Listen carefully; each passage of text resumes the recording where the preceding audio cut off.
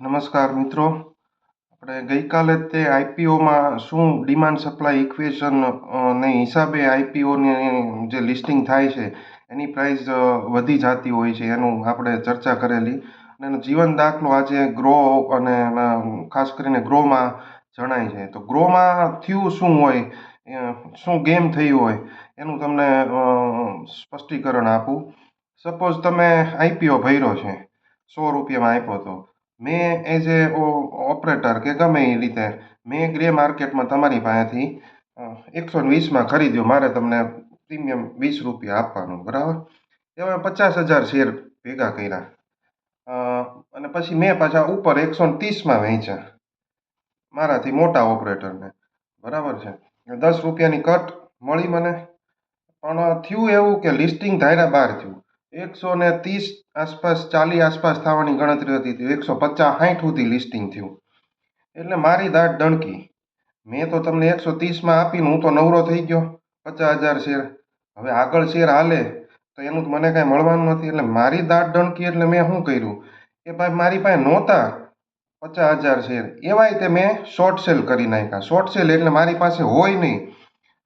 Suppose 160નો ભાવ હાલે છે, હું 160માં હું વેચી દઉં અને એવી ગણતરી છે કે ભાઈ સાંજે 140માં પાછો હું લઈ લઈશ. એટલે આને શોર્ટ સેલ કહેવાય. એટલે એ જે મારી જેવો હતો, જે ગ્રે માર્કેટમાં કામ કરતો હતો, એ થોડા લોભમાં ગયો.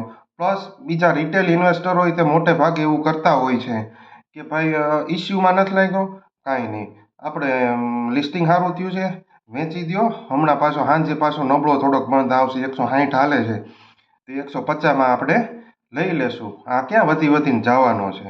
હવે થયું એવું કે આ બધા સેલરો હતા. સાંજે ઓપરેટર એક આવી ગયો, જેટલા શેર હતા સેલરોના બધા લઈ લીધા અને અપર સર્કિટમાં વયો ગયો શેર. હવે થયું આ બધા જેને હતા નહીં ને એ લોકોને શોર્ટ સેલ કર્યા હતા એને ડિલિવરી તો આપવી પડે. એટલે બીજે દી બધા પાછા જે તે ભાવે ખરીદવા આવ્યા એટલે પાછો ભાવ વધ્યો. એટલે આ રીતની આખી ગેમ થઈ છે. તમે ગ્રોનો આઈપીઓ જુઓ અને ફિઝિક્સવાળામાં તે એટલે ડિમાન્ડ સપ્લાય ઇક્વેશનની ગેમ અત્યારે આઈપીઓમાં ચાલુ છે. આ કોઈ ઇલીગલ વસ્તુ નથી, બરાબર છે. બધું સેબીની નિયમો અનુસાર જ થાય છે. પણ આમાં શું કઈ રીતે થતું હોય છે એનો ભાવ નક્કી. હવે ગ્રોનો આઈપીઓ આવ્યો હતો, અત્યારે તમને કદાચ એવરેજ કરવાની ઈચ્છા થતી હોય તો એવરેજ અત્યારે ન કરાય. એનું કારણ છે એ એક લેવલ ઉપર સ્ટેબલ થાય, ફિલ્ટર સર્કિટ ફિલ્ટરમાંથી બહાર નીકળે.